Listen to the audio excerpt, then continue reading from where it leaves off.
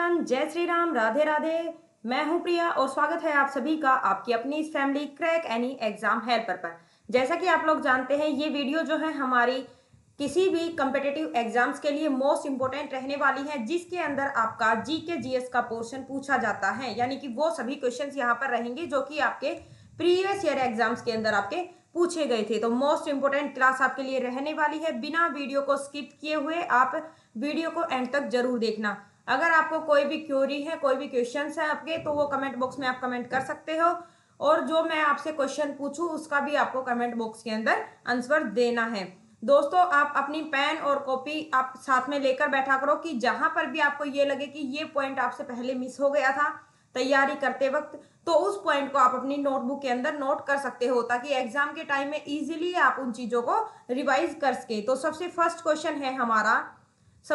Question है और बिल्कुल इजी क्वेश्चन है। एक बार क्वेश्चन को पढ़ लेना। हिंदुस्तानी शास्त्रीय संगीत परंपरा के एक भारतीय बांसुरी वादक कौन थे? हरिप्रसाद चौरसिया को वर्ष 2000 में कौन से पुरस्कार से सम्मानित किया गया था? बहुत ही इजी क्वेश्चन है और जिन भी स्टूडेंट्स ने तैयारी कर रखी है हर एक स्टूडेंट को इसका आंसर भी पता है, लेकिन जो बिगनर्स है उनको इसका आंसर शायद नहीं पता होगा। लेकिन आप चाहे नए स्टूडेंट हो या आप पुराने स्टूडेंट हो, आपको इस क्वेश्चन का जो आंसर है वो कमेंट बॉक्स में कमेंट करना है। पद्मश्री से सम्मानित किया गया था 2000 में, पद्म विभूषण से, भारत रत्न से या फिर पद्म भूषण से। देखो, मोस्ट इंपोर्टेंट नाम है आपके लिए हरिप्रसाद चौरसिया, जो कि एक बांसुरी वादक है और जिनको वर्ष 2000 में आपका पुरस्कार प्राप्त हुआ था। तो कौन सा पुरस्कार था? कमेंट बॉक्स में कमेंट कर देना। नेक्स्ट क्वेश्चन हम देखेंगे, क्वेश्चन नंबर 2 पर चलते हैं। यहाँ क्वेश्चन नंबर 2 देखना। निम्नलिखित में से कौन सा संवैधानिक निकाय नहीं है? निम्नलिखित में से कौन सा संवैधानिक निकाय नहीं है? चुनाव आयोग, वित्त आयोग, संघ लोक सेवा आयोग या फिर नीति आयोग? क्या आपका राइट आंसर रहने वाला है?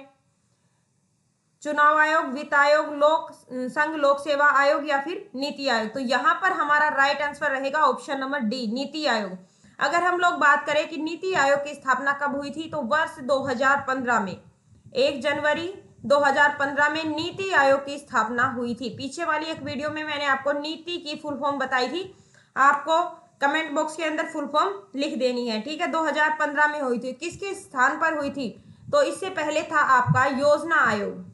इससे पहले क्या था आपका? योजना आयोग। योजना आयोग के स्थान पर आपका जो आपका ये योजना आयोग है, ये वर्ष 1950 में स्टार्ट हुआ था आपका, लेकिन 2014 में इसको बंद करके आपका 2015 में 1 जनवरी से आपका नीति आयोग स्टार्ट किया गया था। अगर बात करें कि नीति आयोग के उपाध्यक्ष जो हैं वो कौन है?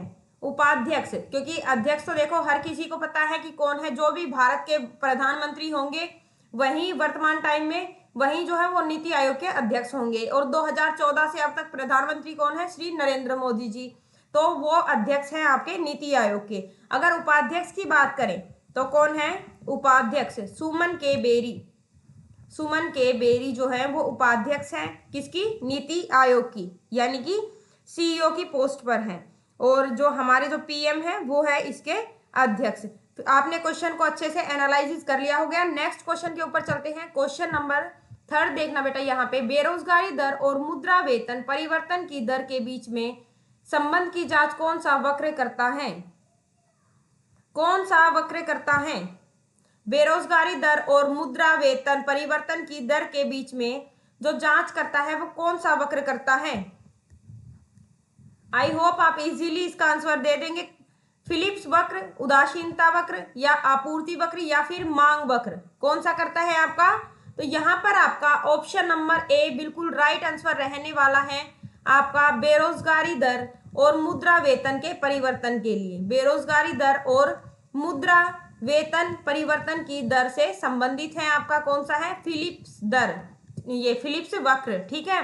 एग्जाम के पॉइंट ऑफ व्यू से मोस्ट इंपोर्टेंट क्वेश्चंस इस सीरीज के अंदर है, सभी क्वेश्चंस आपको लगाने हैं। नेक्स्ट है क्वेश्चन नंबर 4। क्वेश्चन नंबर 4 देखना। यहाँ पर टोक्यो पैरा ओलंपिक में भारतीय निशानेबाज अवनी लेखरा ने कितने मीटर एयर राइफल में गोल्ड मेडल जीता है? कितने मीटर में जीता है अवनी लेखरा ने? तो ये जीता है, कहां से है? पहली बात तो जो अवनी लेखरा है ये कहां से है? ये जयपुर राजस्थान से हैं आपकी, और इन्होंने 10 मीटर एयर राइफल में जो है वो आपका गोल्ड मेडल जीता है। 2020 में आपका कहां पर हुआ था? टोक्यो ओलंपिक के अंदर। ठीक है, नेक्स्ट क्वेश्चन आपका कौन सा रहने वाला है? क्वेश्चन नंबर 5 देखना यहाँ पर, निम्नलिखित में से कौन सी फसल भारत में जायद के मौसम में नहीं उगाई जाती? बेटा क्वेश्चन को अच्छे से पढ़ लेना, नहीं उगाई जाती। ठीक है, चावल, खीरा, तरबूज या फिर खरबूजा, कौन सी फसल जायद के मौसम में नहीं उगाई जाती? जायद के मौसम की फसलें कौन सी हैं? जायद के मौसम की फसलें कौन सी हैं आपकी? यहां पर लिख देती हूं, जिनका टाइम पीरियड चलता है मार्च अप्रैल से जून जुलाई तक। ठीक है, तो ये आपकी जायद की फसलें हैं। और जो इनमें से ये आपका खीरा हो गया, जो खीरा है आपका, ये कौन सी फसल है आपकी? खीरा, ये सॉरी चावल, ये आपकी खरीफ की फसल है। यहां पर लिख देती हूं, खरीफ की फसल है आपकी चावल, जो कि नहीं उगाई जाती। तो आपका राइट आंसर यहां पर रहने वाला है चावल। इसके अलावा खीरा, तरबूज, खरबूजा जो भी हैं वो आपकी जायद के मौसम के अकॉर्डिंग उगाई जाती है, यानी कि मार्च अप्रैल में इनको बोया जाता है, जून से जुलाई में इनको काट लिया जाता है। ठीक है, नेक्स्ट यहाँ पर क्वेश्चन है, नेक्स्ट क्वेश्चन देखना यहाँ पर, क्वेश्चन नंबर 6 पर चलेंगे। क्वेश्चन नंबर 6, पीएच पैमाने की सीमा क्या है? पीएच पैमाना, पीएच पैमाना जो आपका होता है, सबसे पहले आपको कमेंट बॉक्स में एक आंसर करना है, या फिर आपने अपनी नोटबुक के अंदर आप नोट कर लेना कि इसके आविष्कारक कौन है। पीएच स्केल के आविष्कारक पिछली एक वीडियो में मैं बता चुकी बेटा, तो अभी आपको कमेंट करना है कि पीएच पैमाने के आविष्कारक कौन है।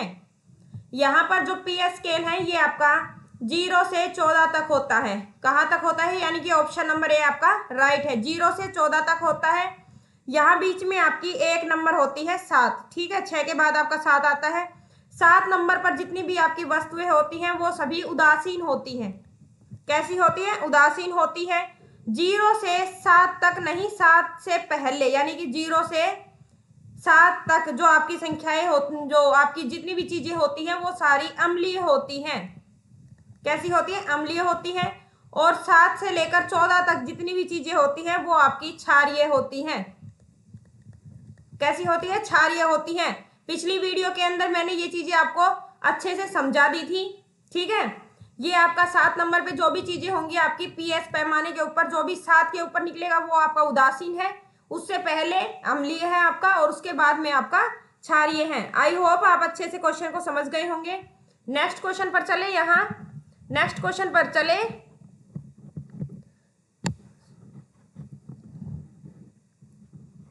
नेक्स्ट क्वेश्चन देखना, क्वेश्चन नंबर 7।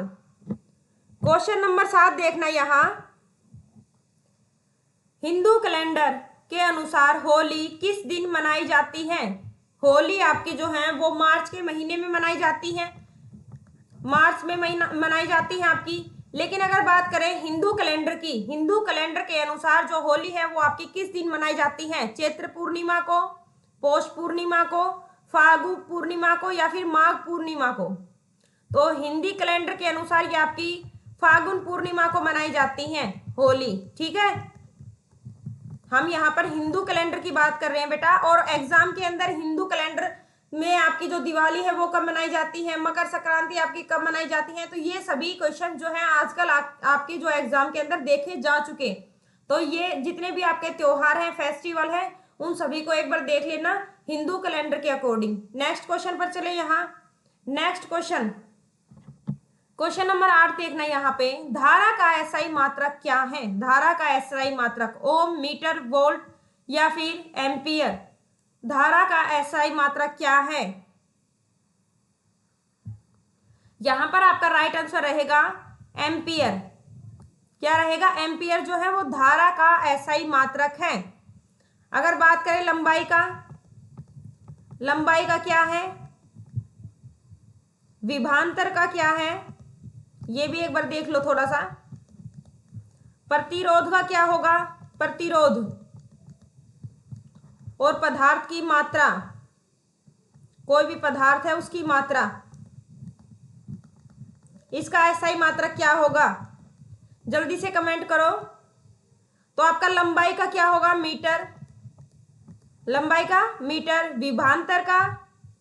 विभवांतर का वोल्ट होगा आपका, प्रतिरोध का आपका ओम होगा, प्रतिरोध का क्या होगा ओम, इस तरीके का सिंबल होता है आपका ओम का, ठीक है।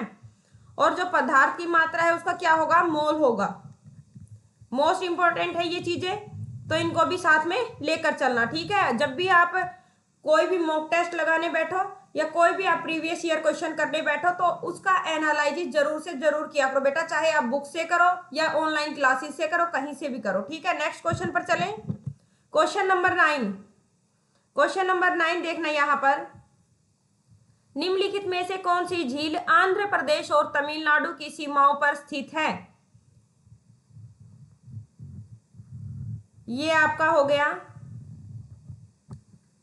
प्रायद्वीपीय पठार, यहां पर ये वाला क्षेत्र जो है ये आपका आंध्र प्रदेश, इधर है आपका एपी आंध्र प्रदेश, और नीचे की तरफ ये है आपका तमिलनाडु।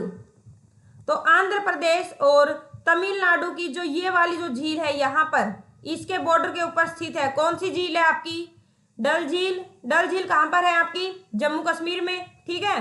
लोकटक झील, लोकटक झील कहां पर है आपकी, ये यहां पर लिख देती हूं, ये आपकी मणिपुर में है, मणिपुर। सांभर झील कहाँ है आपकी सांभर झील, और ये आपकी ये जो है पुलिकट झील ये आपकी यहाँ पर आएगी, ये आपकी पुलिकट झील आएगी, आंध्र प्रदेश और तमिलनाडु के बॉर्डर के ऊपर पड़ती है आपकी पुलिकट झील, ठीक है। तो आपका राइट आंसर यहाँ ऑप्शन नंबर डी रहने वाला है। कमेंट बॉक्स में कमेंट करना, बहुत इजी क्वेश्चन है। सांभर झील कौन से स्टेट में है आपकी, लोकटक झील से एक क्वेश्चन यहाँ पर देख लेना बेटा, मणिपुर में है। यहाँ पर एकमात्र भारत का एकमात्र तैरता हुआ, यहाँ पर लिख देती हूं, भारत का एकमात्र तैरता हुआ नेशनल पार्क है, नेशनल पार्क कौन सा है आपका, काफी बार एग्जाम में आ चुका, मोस्ट इंपोर्टेंट है, कौन सा है केबुल लामजाओ, केबुल लामजाओ नेशनल पार्क है, ठीक है। एकमात्र तैरता हुआ नेशनल पार्क आपका कहां पर है मणिपुर में है, लोकटक झील पर है। यहाँ पर एक घास के मैदान, यहाँ पर जो घास पाई जाती है वो उस घास को किस नाम से जाना जाता है, एग्जाम के अंदर बेटा आ चुका आपका ये क्वेश्चन, जो ये घास है आपकी इस घास को किस नाम से जाना जाता है, फुमडी घास। कौन सी घास है आपकी फुमडी घास, एग्जाम के अंदर आ चुका, एसएससी के एग्जाम में ही आया है आपके ये क्वेश्चन, ठीक है। फिर से देख लेना, डल झील आपकी जम्मू कश्मीर में है, ठीक है। सांबर झील आपको कमेंट करना है, लोकटक झील आपकी मणिपुर में है, पुलिकट झील जो है वो आपकी आंध्र प्रदेश और तमिलनाडु की सीमाओं के ऊपर पड़ती है, ठीक है। आपका जो लोकटक झील है यहाँ पर आपका एकमात्र तैरता हुआ नेशनल पार्क है, केबुल लामजाओ नेशनल पार्क। घास की बात करें तो आपका फुमडी घास है। नेक्स्ट क्वेश्चन पर चलें। नेक्स्ट क्वेश्चन, क्वेश्चन नंबर 10 देखना बेटा, यहाँ पर गांधी इरविन समझौता किस वर्ष इसके ऊपर जो है आपके वो साइन किए गए थे, 1929, 1931, 1941 या फिर 1935, कब आपके हस्ताक्षर किए गए थे गांधी इरविन समझौते पर।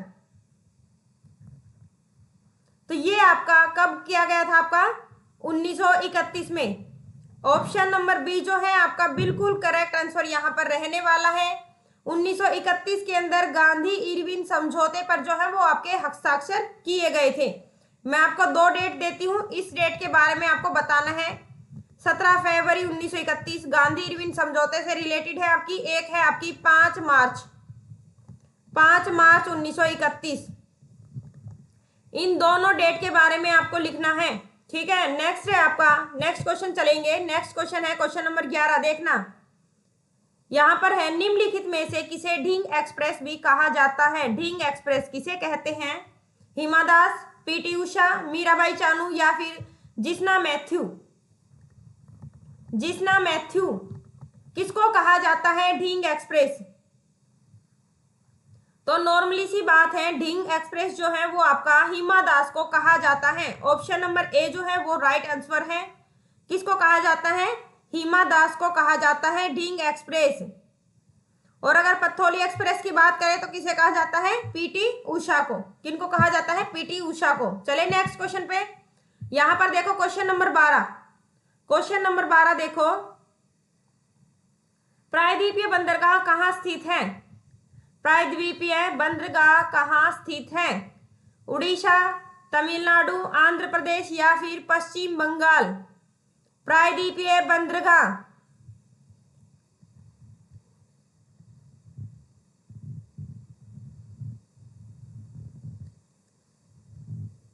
प्रायद्वीपीय बंदरगाह कहाँ स्थित है आपका? यहां पर पड़ेगा आपका। कौन सा स्टेट है? यहां पर कौन सा स्टेट है आपका? ये यहां पर है आपका उड़ीसा।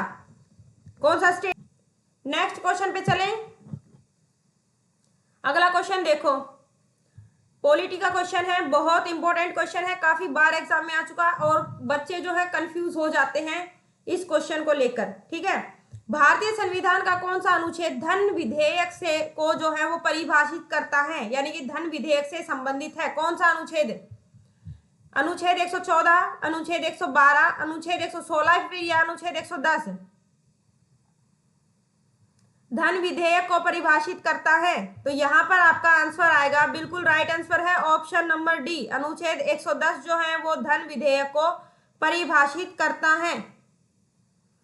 नेक्स्ट क्वेश्चन देखो यहां पर, नेक्स्ट क्वेश्चन है यहाँ पर, भारत में सबसे अधिक वर्षा का मुख्य कारण क्या है? भारत में सबसे अधिक वर्षा का मुख्य कारण? पश्चिम गारो हिल्स, दक्षिण पश्चिम मानसून, उत्तर पूर्व मानसून या फिर पूर्व खासी हिल्स? बताओ यहां पर, कमेंट करो जल्दी से। ये इधर आपका अरब सागर हो गया, अरब सागर, ये आपकी इधर बे ऑफ बंगाल हो गई, बंगाल की खाड़ी। ठीक है, तो यहां से आपकी जो मानसून चलती है लगभग 1 जून के समथिंग चलेगी। दक्षिण हो गया इधर नीचे की तरफ, ये आपका इधर पश्चिम हो गया, तो इन्हीं को क्या कहते हैं? दक्षिण पश्चिम मानसून कहा जाता है। तो वर्षा का मुख्य कारण क्या है? और ये आपकी जून से सितंबर महीने तक चलती हैं। जून से सितंबर महीने तक जो आपका टाइम पीरियड होता है वो कौन सा होता है? वर्षा का ही होता है। समझ गए बात को? यहां पर हम लोग नेक्स्ट क्वेश्चन देखेंगे। नेक्स्ट क्वेश्चन देखना, truth love and a little malice नामक आत्मकथा किसकी है? ऑटोबायोग्राफी है आपकी, यहां पर लिख देती हूं, truth love and a little malice.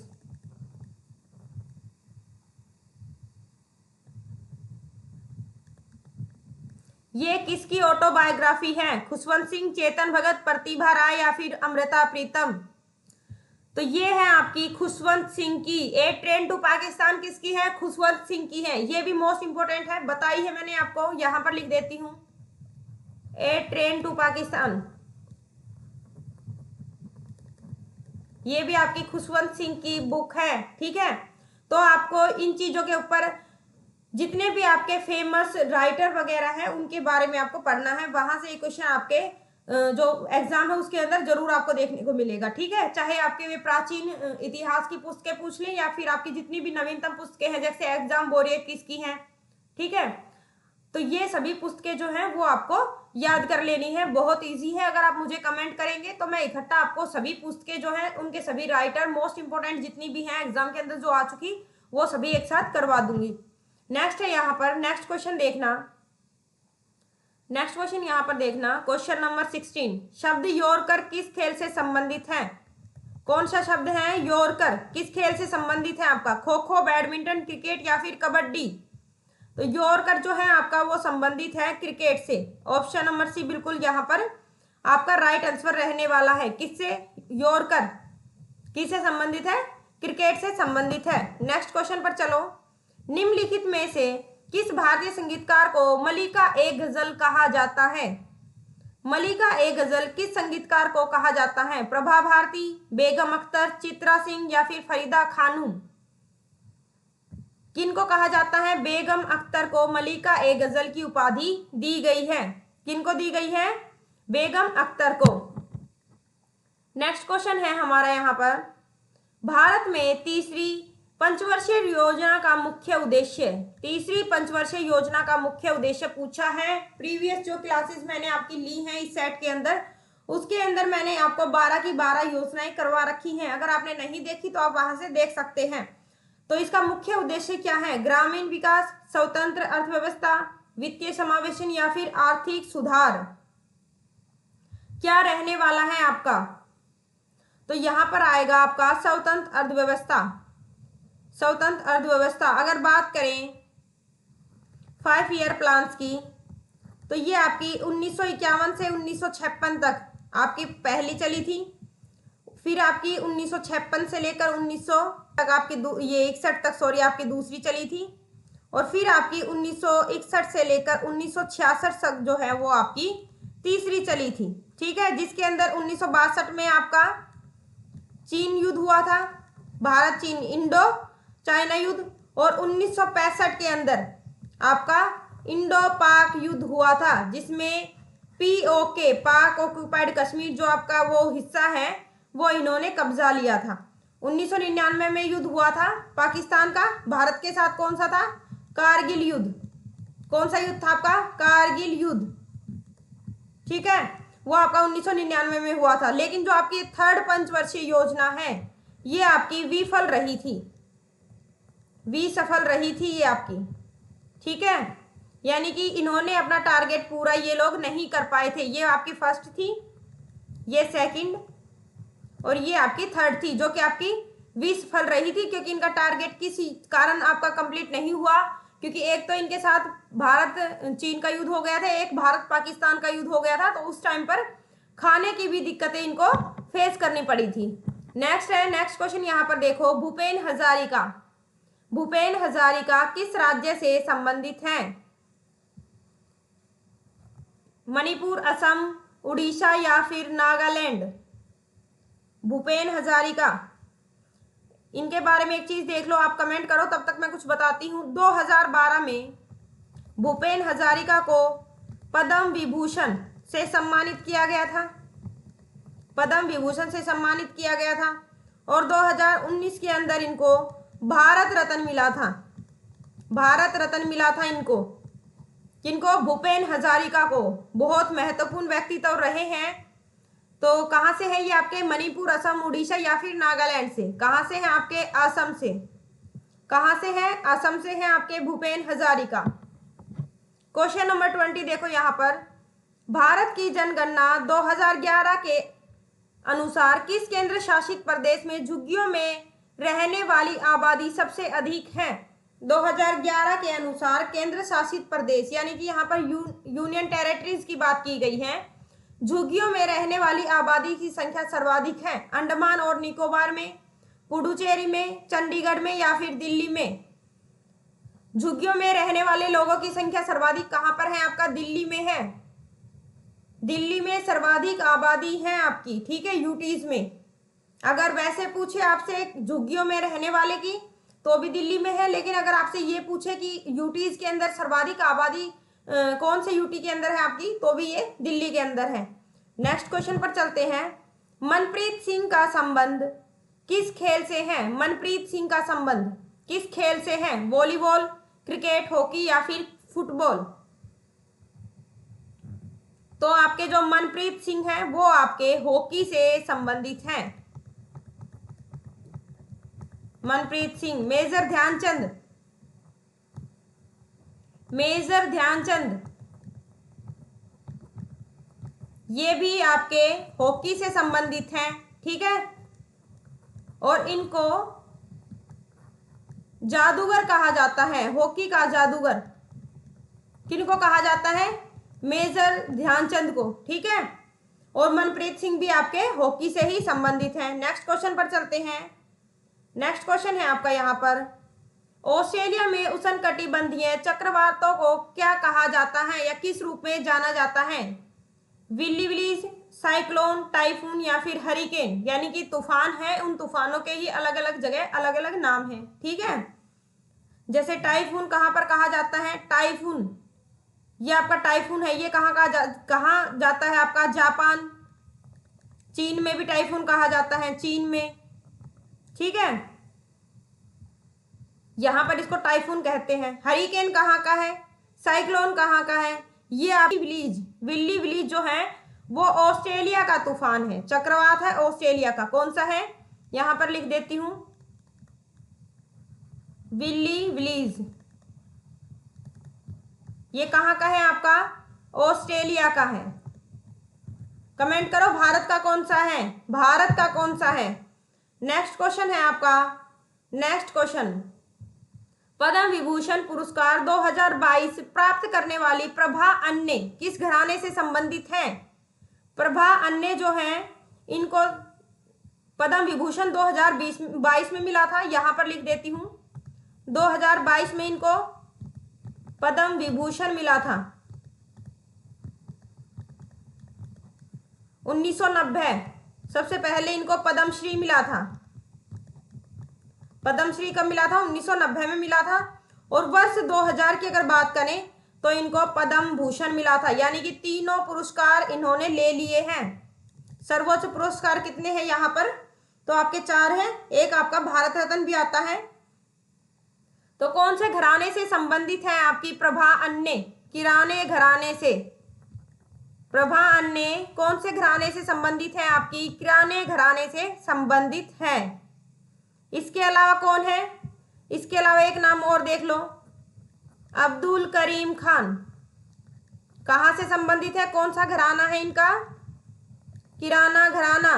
किराना घराना के संस्थापक कौन है, अब्दुल करीम खान, ये भी आपके किराने घराने से ही संबंधित है। ठीक है, नेक्स्ट क्वेश्चन पर चले। क्वेश्चन नंबर 24 देखना यहाँ पर, कोणार्क नृत्य महोत्सव कोणार्क में 1986 से हर साल आयोजित किया जाता है आपका, तो किस डेट को आपका आयोजित किया जाता है। तो कोणार्क नृत्य, अगर कोणार्क मंदिर पूछे आपसे, कोणार्क मंदिर कहाँ है आपका, कोणार्क मंदिर, तो ये आपका कोणार्क का जो मंदिर है ये आपका उड़ीसा में है। कौन से स्टेट में है, उड़ीसा में है। मोस्ट इंपोर्टेंट है, यहां से काफी क्वेश्चन आपके एग्जाम में पूछे जाते हैं। शुरुआत कब हुई कोणार्क नृत्य की, कोणार्क नृत्य की शुरुआत कब हुई आपकी, 1986 से ये आपका शुरू हुआ था। उड़ीसा में हमेशा किया जाता है, उड़ीसा में हमेशा ये किया जाता है। और ये आपका 1 से 5 दिसंबर के मध्य होता है, 1 से 5 दिसंबर के मध्य आपका होता है कोणार्क नृत्य महोत्सव। ये वर्ष भी आपको याद रखना है 1986, क्योंकि काफी बार एग्जाम के अंदर ईयर पूछ लिया जाता है। ठीक है, नेक्स्ट क्वेश्चन पर चलते हैं। यहाँ नेक्स्ट क्वेश्चन पर, निम्नलिखित में से किस शासन ने उत्तरी भारत में विभिन्न स्थानों पर 5 खगोलीय वेधशालाएं बनवाई। किसने बनवाई, सवाई मानसिंह ने, महाराणा प्रताप ने, सवाई जयसिंह द्वितीय ने, या फिर माधो सिंह ने। किसने बनवाई थी 5 खगोलीय वेधशालाएं, कहाँ कहाँ है ये, जयपुर, उज्जैन, जयपुर राजस्थान में है, उज्जैन आपका मध्य प्रदेश में है, मथुरा यूपी में है आपका, बनारस यूपी में है आपका, और एक आपका दिल्ली। 5 आपकी खगोलीय वेधशालाएं बनवाई थी आपकी, किसने बनवाई थी, सवाई जयसिंह द्वितीय के द्वारा बनवाई गई थी। किसके द्वारा, सवाई जयसिंह द्वितीय के द्वारा। नेक्स्ट क्वेश्चन पर चलते हैं। यहाँ पर निम्नलिखित में से किस गायन ने एक ही दिन में 28 गाने रिकॉर्ड करके जो है वो गिनीज वर्ल्ड रिकॉर्ड के अंदर अपना नाम दर्ज किया है। सोनू निगम, उदित नारायण, कुमार सानू, या फिर अरिजीत सिंह, या फिर अरिजीत सिंह। 28 गाने एक ही दिन में रिकॉर्ड करके गिनीज वर्ल्ड में नाम बुक कराया है अपना, सोनू निगम, उदित नारायण, कुमार सानू, या फिर अरिजीत सिंह। तो आपका यहाँ पर राइट आंसर रहने वाला है कुमार सानू। क्या रहेगा आपका, कुमार सानू। दिसंबर 2022 तक की यहाँ पर बात की गई है, दिसंबर 2022 तक की। ठीक है, नेक्स्ट क्वेश्चन पर चले।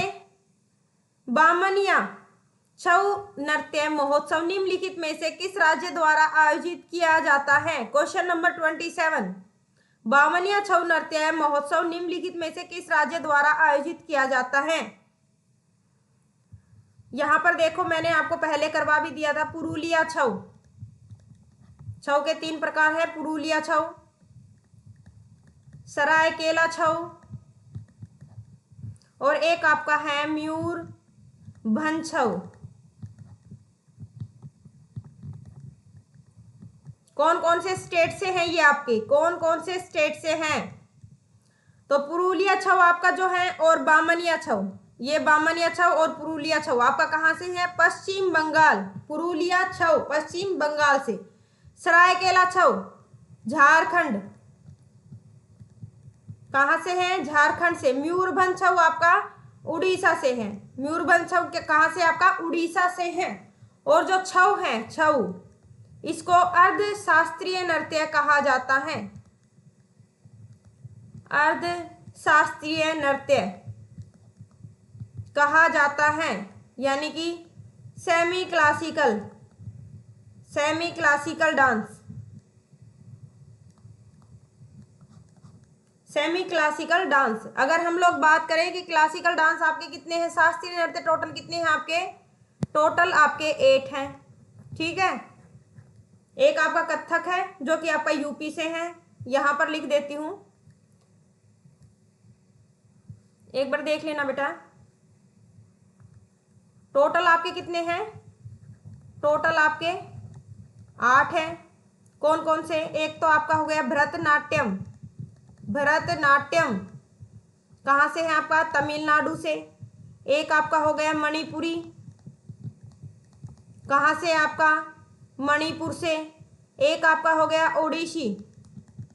ओडिसी ये आपका कहाँ से है? उड़ीसा से। एक आपका हो गया मोहिनी अट्टम। मोहिनी अट्टम, मोहिनी अट्टम। और एक आपका है कथकली। कथकली दोनों कहाँ से हैं आपके? केरल से। एक आपका है कथक, नॉर्थ इंडिया का एक ही क्लासिकल डांस है आपका, यूपी से है कथक। और एक है आपका कुचिपुड़ी। कौन सा है? Kuchipudi classical dance. कहाँ का है आपका? आंध्र प्रदेश का। आंध्र प्रदेश का सबसे नया आपका है भरतनाट्यम। और एक है आपका सत्रिया। सत्रिया कहाँ का है आपका? असम का। कहाँ का है? असम का।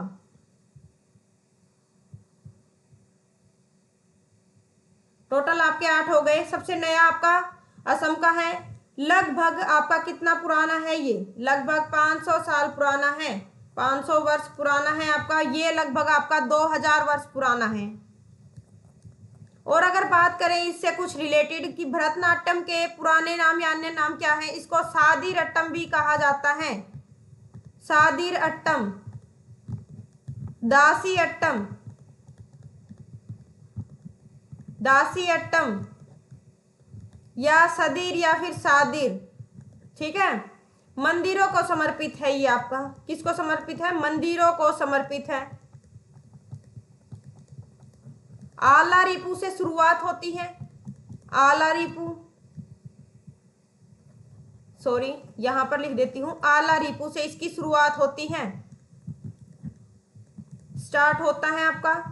और अगर अंत की बात करें तो थिल्लाना, थिल्लाना इसका अंत है। ठीक है, आला रिपू से शुरुआत होती है, थिल्लाना से अंत है इसका। तो आपको क्या करना है? भरतनाट्यम, मणिपुरी, ओडिसी, मोहिनी अट्टम, कथकली, जितने भी आपके शास्त्रीय नृत्य हैं, सबके आपको जो नर्तक हैं उनके नाम, उनके पद्म विभूषण, जितने भी आपके उनके सम्मान है, चाहे भारत रत्न हो कोई भी हो, वो सभी आपको याद करने हैं। और कम से कम आपको 5-5 याद करने हैं। ठीक है, कम से कम 5-5। मोहिनी अट्टम और आपका कथकली कहाँ का हो गया? केरल का हो गया। नॉर्थ इंडिया से आपका है, नॉर्थ इंडिया से आपका ओनली एक ही है। कौन सा है आपका? कथक है। आंध्र प्रदेश से आपका कुचिपुड़ी हो गया। अगर बात करें कि कथक में कौन सी शैली का प्रयोग किया जाता है, कथक में कौन सी शैली का प्रयोग किया जाता है, कमेंट करो जल्दी से। कर्नाटक शैली या फिर हिंदुस्तानी शैली? तो कथक में आपकी हिंदुस्तानी शैली का प्रयोग किया जाता है, हिंदुस्तानी शैली। और जितने भी आपके नॉर्थ इंडिया के हैं, आप ये सॉरी साउथ इंडिया के लोक नृत्य हैं, उन सब के अंदर आपकी कर्नाटक शैली यूज होती है। यहां पर लिख देती हूं, कर्नाटक शैली इनके अंदर यूज होती है। पिछली वीडियोस में आपने अच्छे से इन चीजों को समझ लिया होगा। ठीक है, नेक्स्ट क्वेश्चन पर चले। नेक्स्ट क्वेश्चन पर चले। यहाँ क्वेश्चन नंबर 28 देखना। क्वेश्चन नंबर 28, 1976 में भारत में पहली महिला अंतरराष्ट्रीय क्रिकेट टेस्ट मैच कहाँ आयोजित किया गया था? पहला आपका कहाँ आयोजित किया गया था? मुंबई या फिर बेंगलोर? कहाँ पर आपका आयोजित हुआ था? 1976 में आपका पहला आयोजित हुआ था भारतीय अंतर्राष्ट्रीय महिला क्रिकेट, ठीक है, 1976 के अंदर। ये आपका कहाँ पर हुआ था? भारत में बेंगलोर। कहाँ पर हुआ था? बेंगलोर में। नेक्स्ट क्वेश्चन पर चलें। नेक्स्ट क्वेश्चन, एन राजम किस वाद्य यंत्र को बजाती हैं? एन राजम किस वाद्य यंत्र को बजाती हैं? सितार, वायलिन, संतूर या फिर गिटार? एन राजम किससे जुड़ी हुई है? आपकी वायलिन से जुड़ी हुई है। किससे जुड़ी हुई है? वायलिन से। संतूर, संतूर के कौन कौन है? भजन सोपोरी, मोस्ट इंपोर्टेंट नाम है भजन सोपोरी। शिव कुमार शर्मा, शिव कुमार शर्मा, ये दोनों जो किरदार हैं ये आपके संतूर से जुड़े हुए हैं। मोस्ट इंपोर्टेंट नाम है संतूर के भजन सोपोरी, शिव कुमार शर्मा। सितार के कौन है? सितार कमेंट करना कमेंट बॉक्स में, ठीक है। नेक्स्ट क्वेश्चन पर चले। यहाँ नेक्स्ट क्वेश्चन देखना, नुआखाई एक फसल उत्सव है, ठीक है, भारत में मुख्य रूप से निम्नलिखित में से किस राज्य में मनाया जाता है? नुआखाई, नुआखाई कौन से राज्य में होता है? ये आपका उड़ीसा में मनाया जाता है। कहाँ मनाया जाता है? उड़ीसा में मनाया जाता है नुआखाई। और ये आपका कितने महीने तक चलता है? फसल उत्सव महोत्सव है ये आपका सितंबर नवंबर महीने में आपका चलता है। कौन सा? नुआखाई फसल महोत्सव। कहाँ का है? उड़ीसा का। कहाँ का है? उड़ीसा का है आपका। असम का कौन सा है? असम का बिहू, मोस्ट इंपोर्टेंट नाम है असम का बिहू, सबको याद रखना है, ठीक है। नेक्स्ट क्वेश्चन है यहाँ, सिद्धांत गोगोई किस खेल से संबंधित है? सिद्धांत गोगोई जो है वो किस खेल से संबंधित है? तीरंदाजी, भारोत्तोलन, गोल्फ या फिर बैडमिंटन? सिद्धांत गोगोई आपके संबंधित हैं भारोत्तोलन से। इसके अलावा कौन कौन है?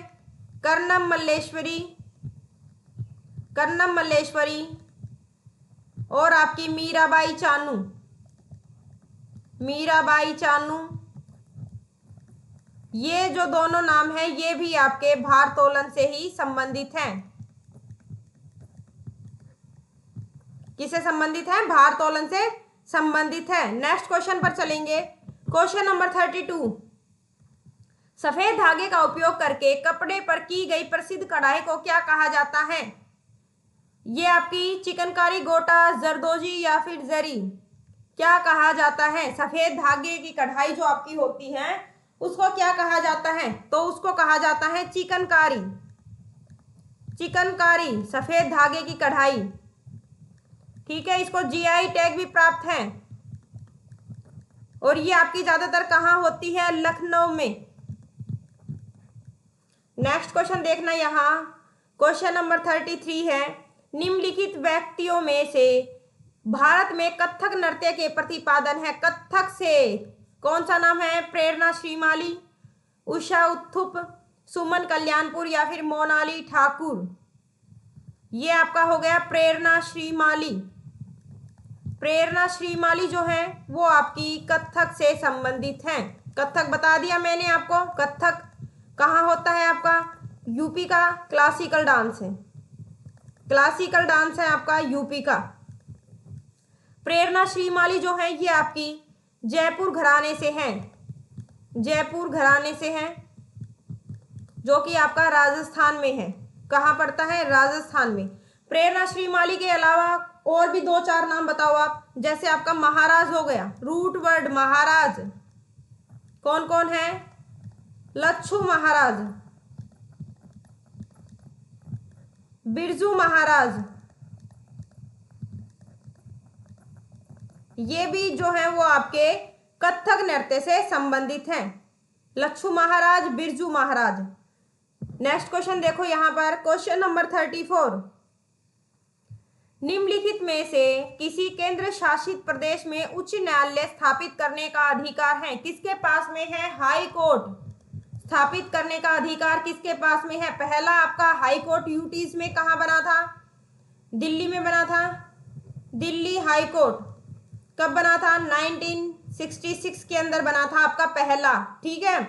और इसका अधिकार जो है वो आपका संसद के पास है, संसद के पास है हाई कोर्ट स्थापित करने का अधिकार। नेक्स्ट क्वेश्चन है, नेक्स्ट क्वेश्चन पर चलो बेटा। यहाँ क्वेश्चन नंबर 35, क्वेश्चन नंबर 35 देखना। यहाँ चैत्यागिरी बिहार सांची में मनाया जाने वाला एक त्योहार है। चैत्यागिरी किस धर्म में आपका मनाया जाता है? जैन धर्म, बौद्ध, हिंदू या फिर सिख? चैत्यागिरी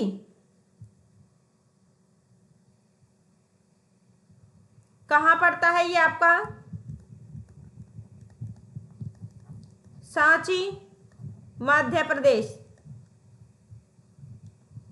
रायसेन, सांची कहाँ है आपका? रायसेन। और सांची का स्तूप,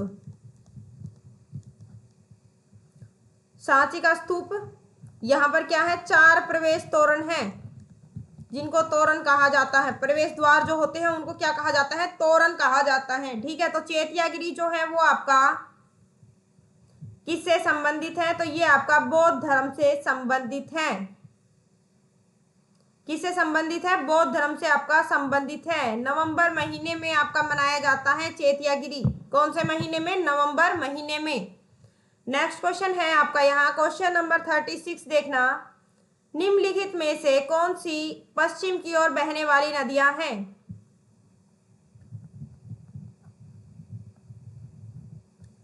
ये आपकी माही नदी हो गई जो पश्चिम की ओर बहती है, और एक आपकी साबरमती नदी है जो ऐसे आती है, ठीक है। जो माही नदी है यहां से कर्क रेखा गुजरती है, और माही नदी कर्क रेखा को 2 बार काटती है, 2 बार काटती है माही नदी।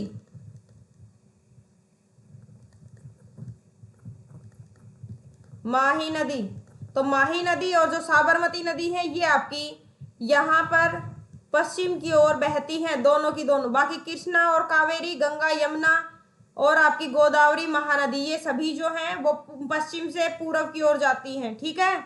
ये सभी नदियां आपकी पश्चिम से पूरब की ओर जाती हैं। और माही और साबरमती जो नदी है ये आपकी अरब सागर में गिरती है, अरब सागर में गिरती है। कौन सी 4 नदियां हैं जो आपकी पश्चिम की ओर बहती हैं? चारों के आपको कमेंट बॉक्स में नाम देने हैं। इधर आपका बे ऑफ बंगाल हो गया, ठीक है, और ये आपका अरब सागर हो गया। तो अरब सागर में कौन सी नदियां गिरती हैं? ये कर्क रेखा है आपकी, कर्क रेखा को 2 बार काटती है। कौन सी नदी काटती है? माही नदी। काफी बार एग्जाम के अंदर क्वेश्चन आ चुका, मोस्ट इंपोर्टेंट क्वेश्चन है। नेक्स्ट क्वेश्चन है यहाँ पर क्वेश्चन नंबर 37 को देखना।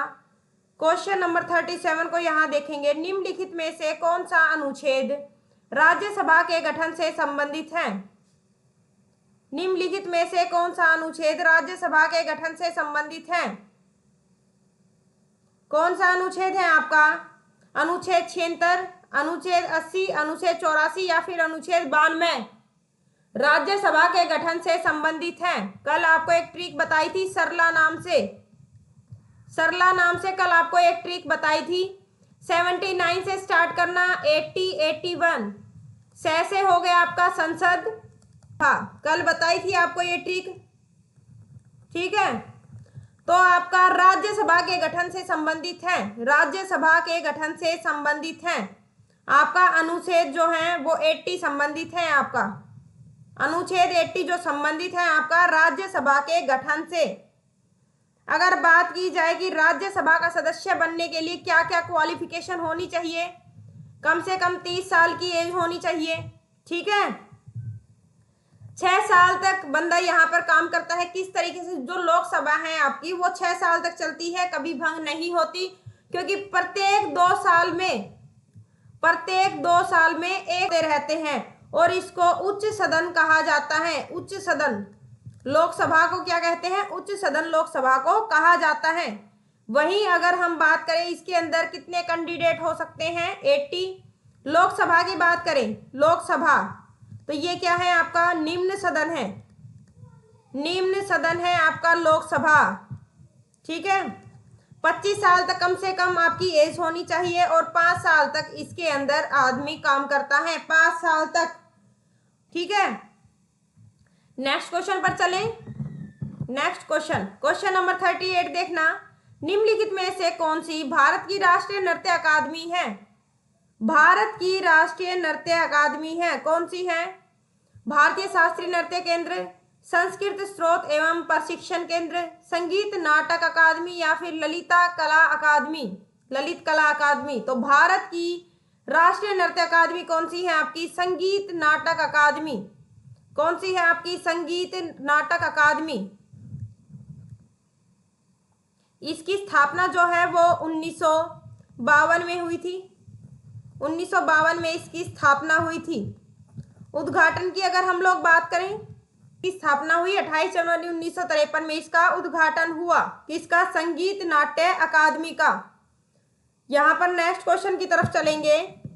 सेकंड लास्ट क्वेश्चन है हमारा, पद्म भूषण पुरस्कार से सम्मानित उस्ताद सबरी खान